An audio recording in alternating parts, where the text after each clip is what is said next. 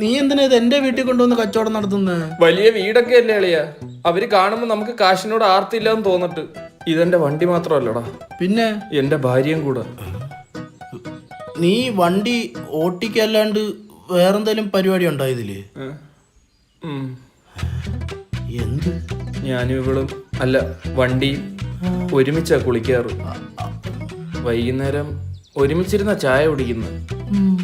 നീ ഒന്ന് ആലോചിച്ച് നോക്കിയ അളിയ, എന്താ ആലോചിക്കാൻ? എനിക്ക് ഇത്ര ഇണചേരുന്ന ഒരു വണ്ടി വേറെ ഉണ്ടാ? ഇണങ്ങുന്നേന്നല്ല എളിയ.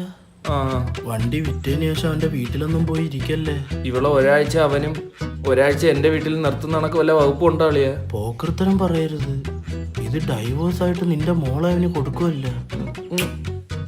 ആ പിന്നെ ചെല്ലുമ്പോ അവര് സൂപ്പർ വണ്ടി, ചിമ്മിട്ട് വണ്ടി എന്നൊക്കെ പറയും. വീടരുത്. അവര് വണ്ടിയെ പറ്റി എന്ത് പറഞ്ഞാലും നിനക്ക് ഇഷ്ടപ്പെടാത്ത പോലെ മുഖം വെച്ചേക്കണം. അപ്പൊ ഇഷ്ടപ്പെട്ടാലോ? ഇഷ്ടപ്പെട്ട മുഖം എന്ന് വെച്ചേ. ഇനി ഇഷ്ടപ്പെടാത്തെന്ന് വെച്ചേ ഒരു വ്യത്യാസമില്ല. ബാ വരുന്നുണ്ടേ. അപ്പൊ ഇതാണല്ലേ ബ്രോ വണ്ടി? ബ്രോ കൺമണിയുടെ കുണ്ടിയിലടിക്കുന്നു. കൺമണിയാ? അത് കാര്യാക്കണ്ട ബ്രോ. പുള്ളി വണ്ടിയായിട്ട് ഭയങ്കര അറ്റാച്ച്മെന്റിലാണ്. ബ്രോ വണ്ടി ഒന്ന് നോക്കട്ടെ.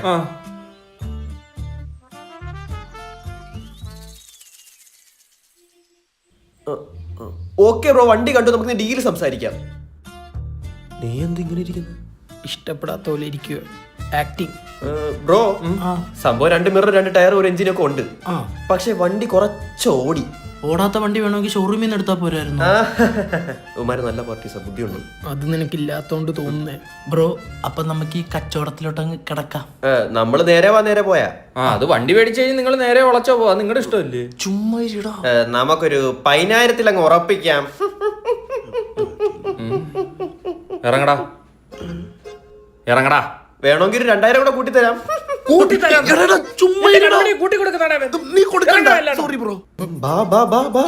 എനിക്ക് ശരിക്കും ഇഷ്ടപ്പെടുന്നില്ല കേട്ടോ ഇത്. അറിയാൻ പറ്റുന്നില്ല. ഒരേ ഭാവത്തിൽ ഇരിക്കുവാ. എന്തിനു പണിയാണ് കാണിച്ച? പിന്നെ 10,000 വന്നിട്ട് ചിരിക്കാൻ അവനാര് MG ശ്രീകുമാറാ? എവിടെ നിന്ന് കിട്ടി പാർട്ടീസിന്?